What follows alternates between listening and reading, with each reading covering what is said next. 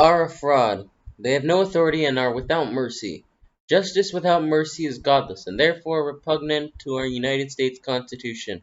Lawmakers were given authority by the people to legislate codes, rules, regulations, and statutes with which are policies, procedures, and law to control the behavior of bureaucrats, elected and appointed officials. Municipalities, agencies, however, they were never given authority to control the behavior of people, and as we read in the U.S. Supreme Court decision. All laws, rules, and practices which are repugnant to the Constitution are null and void. Marbury v. Madison, 5th U.S. 2 Cranch, 137, 174, 176, 1803. Legislators simply do not have the authority to rule make. Where rights secured by the Constitution are involved, there can be no rulemaking or legislation which would abrogate them. Miranda v. Arizona, 384 U.S. 436491. God breaks down the law as follows, and Jesus answered him.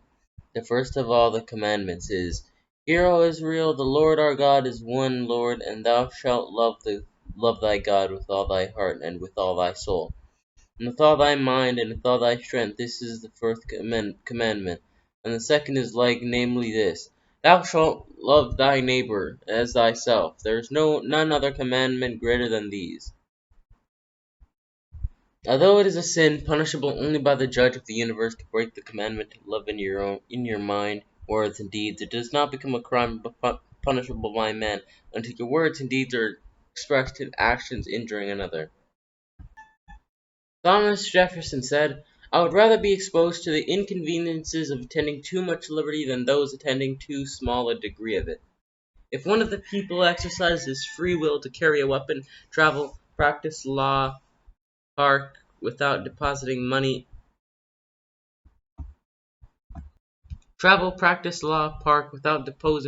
in a meter, use hemp, pharmaceuticals, alcohol, vitamins, minerals, or any other substance for medicinal or recreational purposes. Legislators do not have the authority to impose a fine, license, or make a right a crime.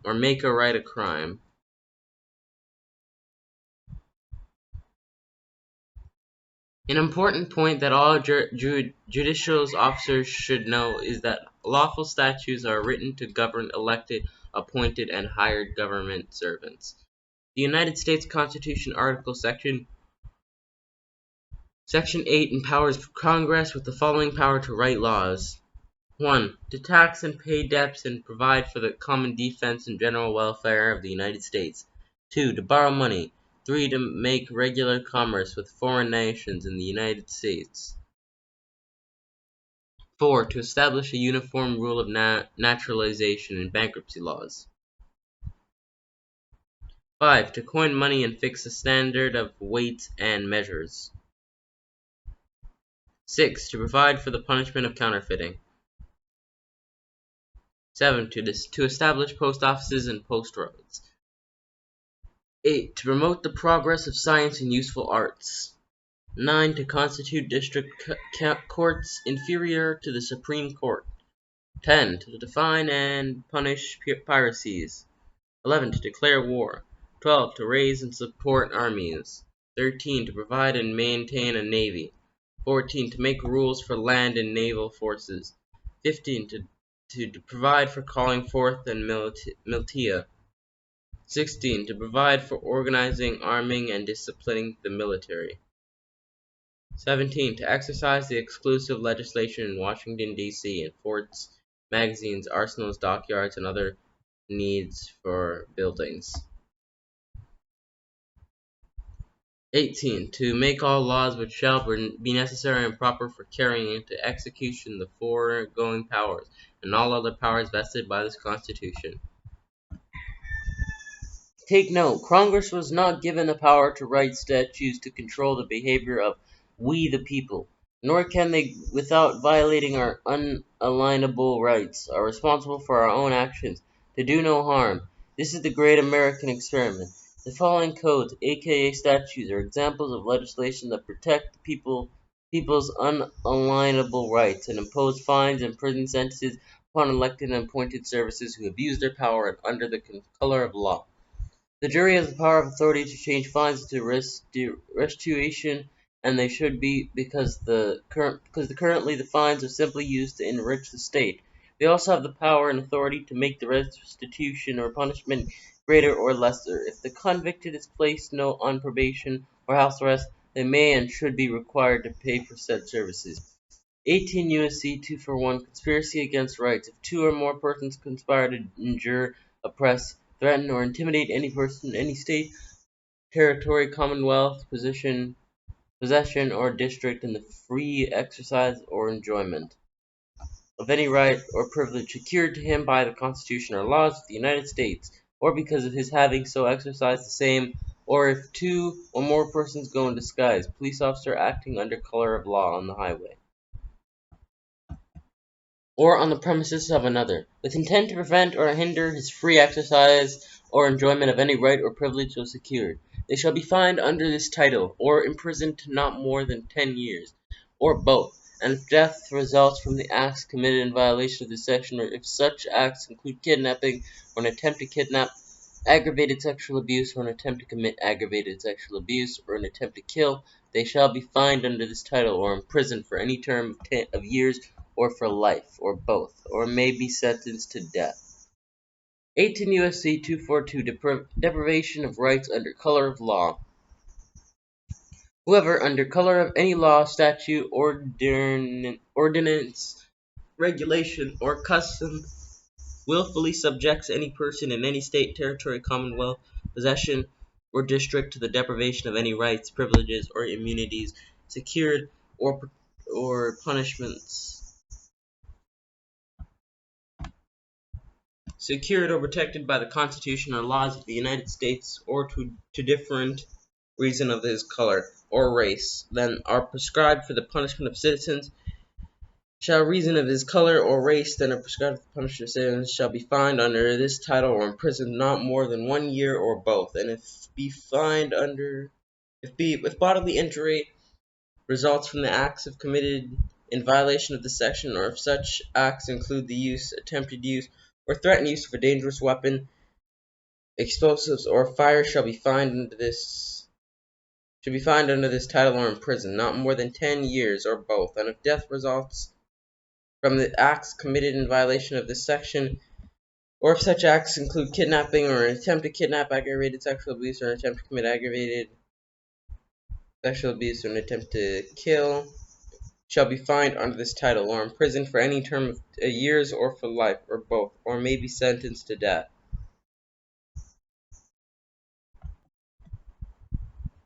Color of law: the appearance or semblance without the substance of legal right.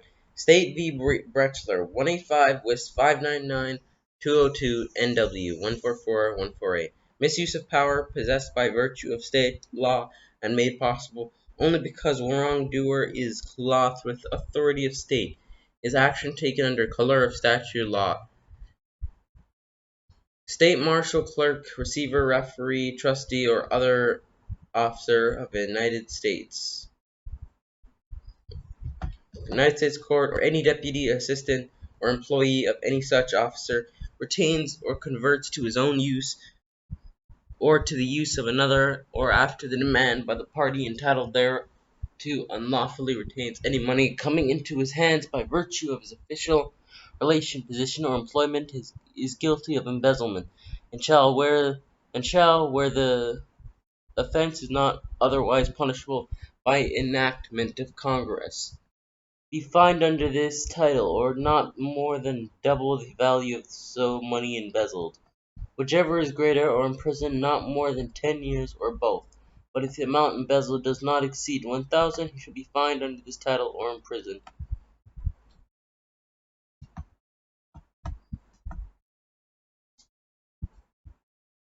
He should be fined under this title or imprisoned not more than 1 year, or both. It shall not be a defense that the accused person had any interest in such moneys or fund.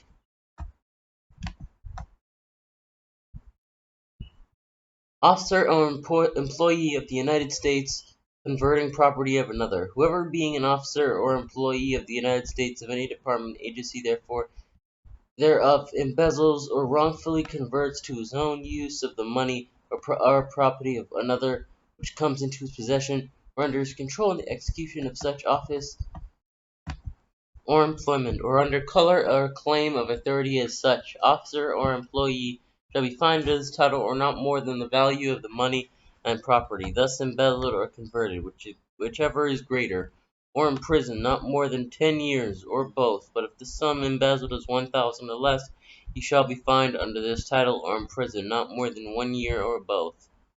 Extortion by officers or employees of the United States.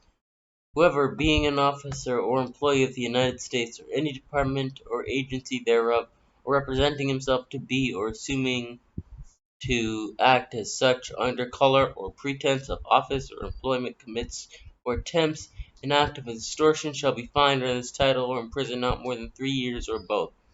If the amount extorted or demanded does not exceed 1,000, he should be fined under this title or imprisoned not more than 1 year, or both. Statements or entries generally, except as otherwise provided in this section, whoever in any matter within the jurisdiction of the executive, legislative, or judicial branch of the government of the United States knowingly and willfully falsifies, conceals, or covers up by any trick, scheme, or device a material fact, makes any material false, fictitious, or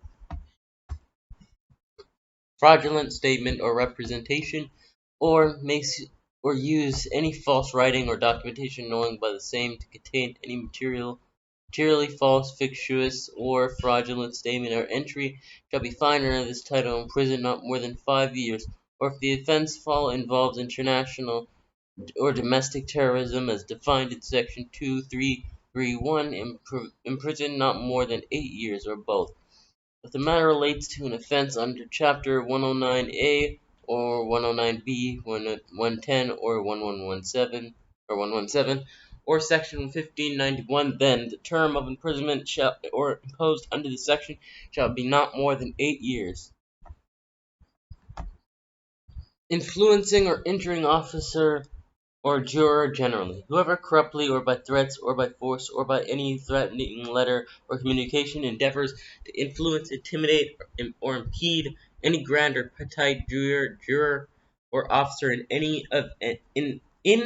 or of any court of the United States, or officer who may be preserving at any examination or other proceedings before any United States magistrate, judge, or other committing magistrate in the discharge of his duty, or injuries any such grand or petite juror in his person or property on account of any verdict or indictment assented to by him, or on account of his being or having been such juror, or injuries any such officer, magistrate, judge, or other committing magistrate in his persons or property on account the performance of his official duties, or corruptly by threats or force, or by any threatening letter or communication, influences, obstructs, or impedes, or endeavors to influence, obstruct, or impede the due administration of justice, shall be punished as provided in subsection. If the offense under this section occurs in connection with the trial of a criminal case, and the act in violation of this section involves the threat or physical force, maximum term of imprisonment which may be imposed for the offense shall be the higher of that otherwise provided by the law, or the maximum term that could have been imposed for any offense charged in such case. 18 U.S.C. 1512b engages in misleading conduct. Whoever knowingly uses intimidation and threatens or corruptly persuades another person, or attempts to do so, or engages in misleading conduct toward another person with intent to influence, delay, or prevent the testimony of any person in official proceedings, cause or induce any person to a. withhold testimony, or withhold a record or document or other object from an official proceeding, b. alter, destroy, mutilate, or conceal an object with intent to impair the object's integrity or availability for use in an official proceeding. Evade legal process, summoning that person to appear as a witness, or to produce a record, document, or other object in an official proceeding, or D. Be absent from an official proceeding to which such person has been summoned by a legal process, or hinder, delay, or prevent the communication to a law enforcement officer or judge of the United States of information relating to the commission or possible commission of a federal offense or a violation of conditions of probation. Supervised release, parole, or release pending judicial proceedings shall be fined under this title or imprisoned not more than 20 years or both. Whoever willfully and unlawfully conceals, removes, mutilates, obliterates, or destroys, or attempts to do so, or with intent to do so, takes and carries away any record, proceeding, map, book, paper, document, or other thing filed, or deposited with any clerk or officer of any court of the United States, or in any public office, or with any judicial or public officer of the United States shall be fined under this title or imprisoned not more than 3 years or both.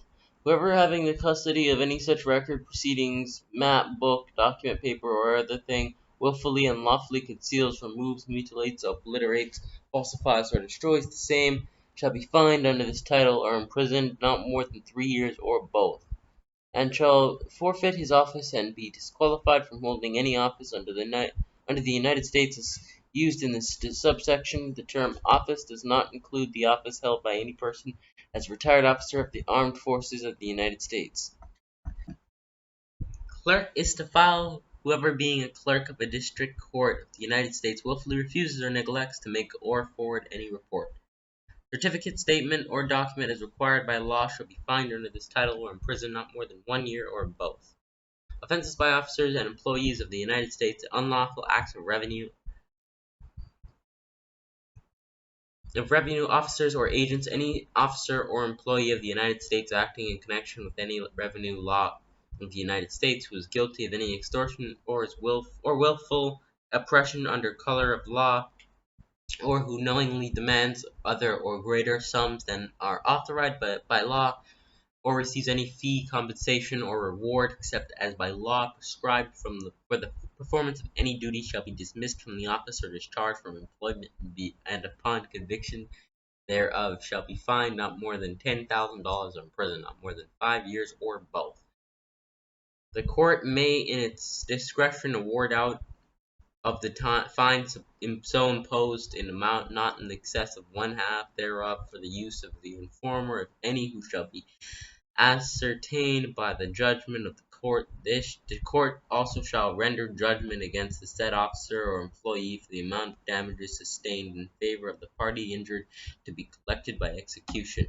Civil action for deprivation of rights. Every person who under color of any statute, ordinance, regulation, custom, or usage of any state or territory or the District of Columbia subjects or causes to be subjected to any citizen of the United States or other person within the jurisdiction thereof to the deprivation of any rights, privileges, or immunities that are secured by the Constitution and laws shall be liable to the party injured in any action at law, suit, in the equity, or other proper proceedings for redress, except that in any action brought against a judicial officer for an act of omission taken in such officer's judicial capacity, injunctive relief shall not be granted unless a declaratory decree was violated or declaratory relief was unavailable.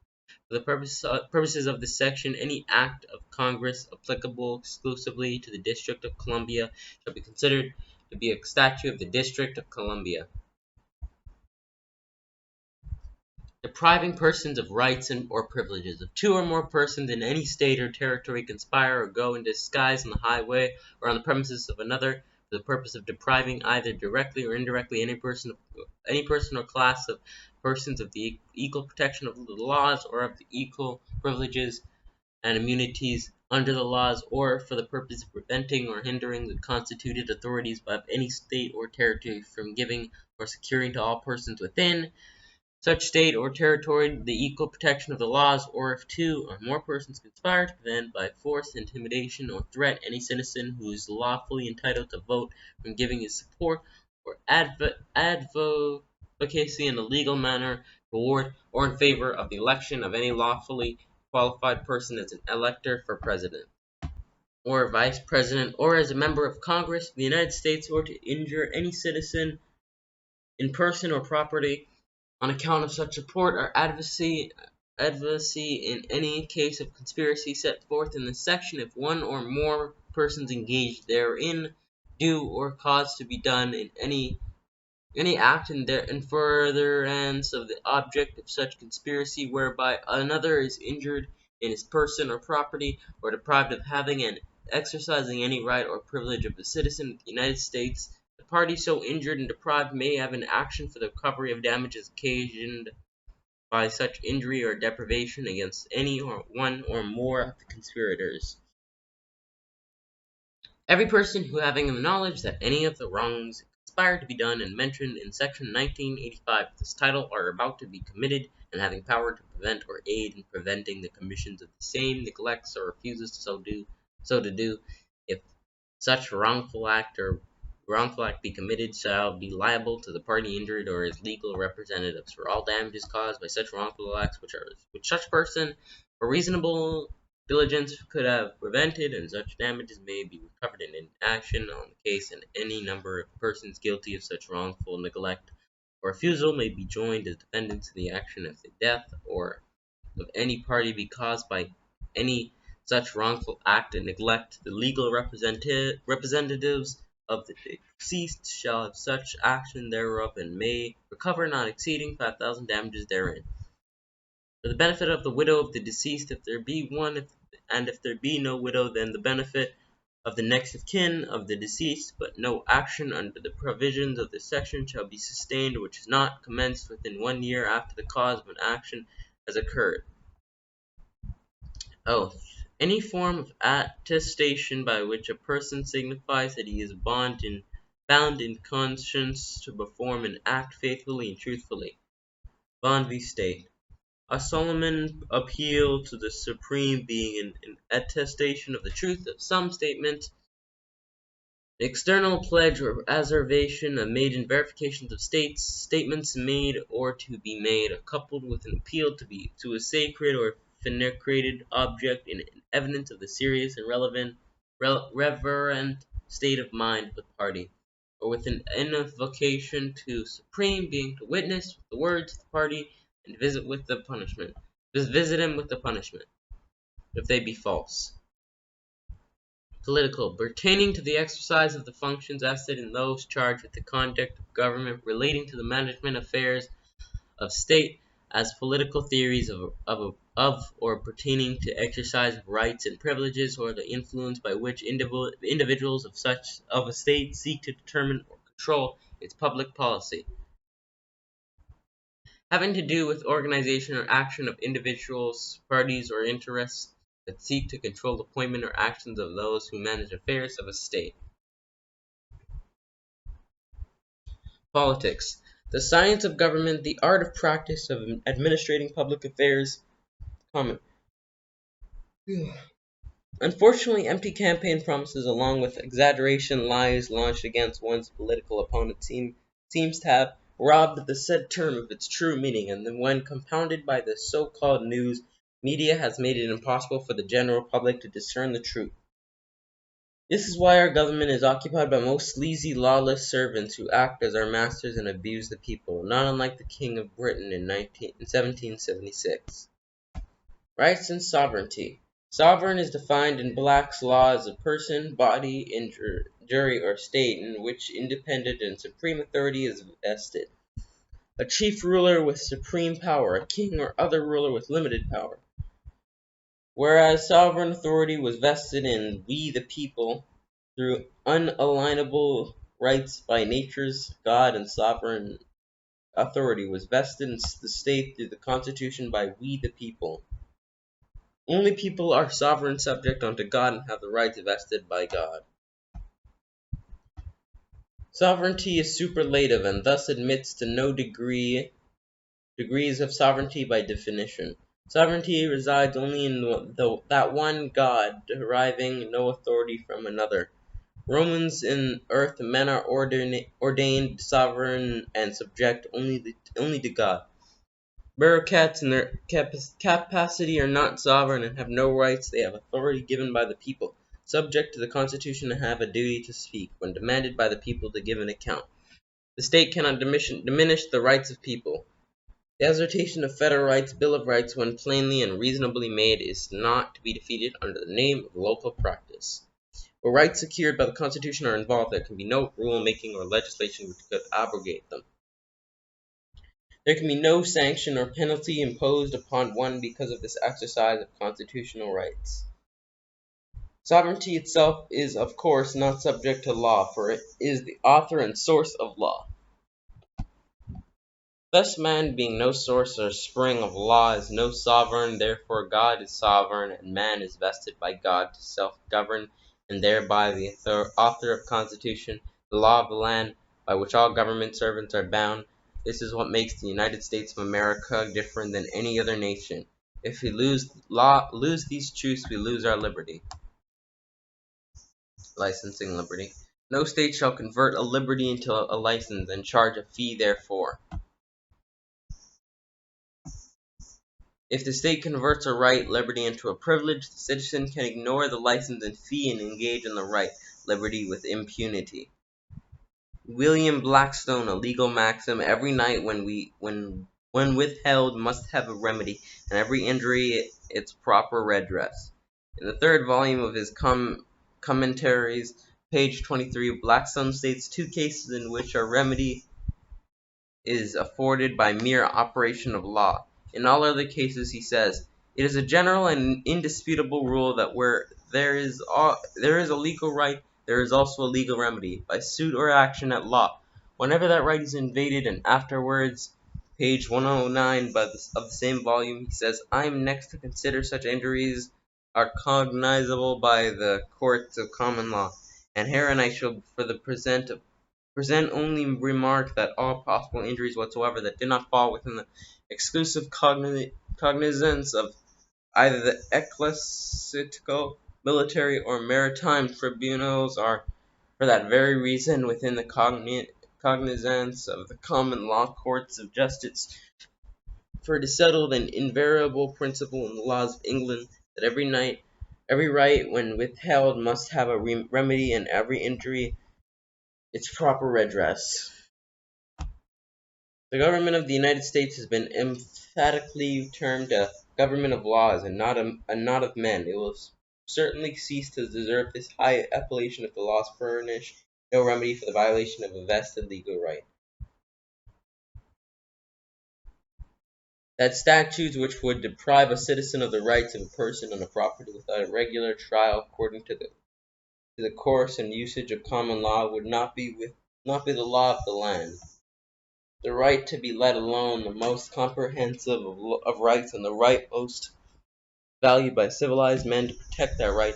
Every unjustifiable intrusion by the government upon the privacy of the individual, whatever the means employed, must be deemed a violation of the Fourth Amendment. On the other hand, it is clear that Congress cannot be authorization or ratification given the slightest effect to a state law or constitution which is a conflict with the Constitution of the United States. Although it is manifested that an unconstitutional provision of the statute is not cured because included in the same act the valid provisions, and that there is no degree of constitutionality, a state may not impose a charge for the enjoyment of a right granted by the federal Constitution, and that a flat license tax here involves the restraints in advance that Constitution liberties, press, and religion inevitably tends to suppress their existence. That the ordinance is non-discriminatory, and that it applies also to peddlers of wares and merchandise is immaterial.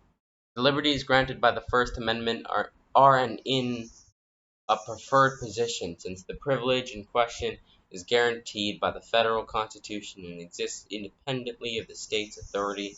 The inquiry as to whether the state has given something for which it cannot ask a return is relevant. No state may convert any secured liberty into a privilege and issue a license and a fee for it. If the state does convert your right into a privilege and issue a license and a fee for it, you can ignore the license and a fee and engage the right with impunity.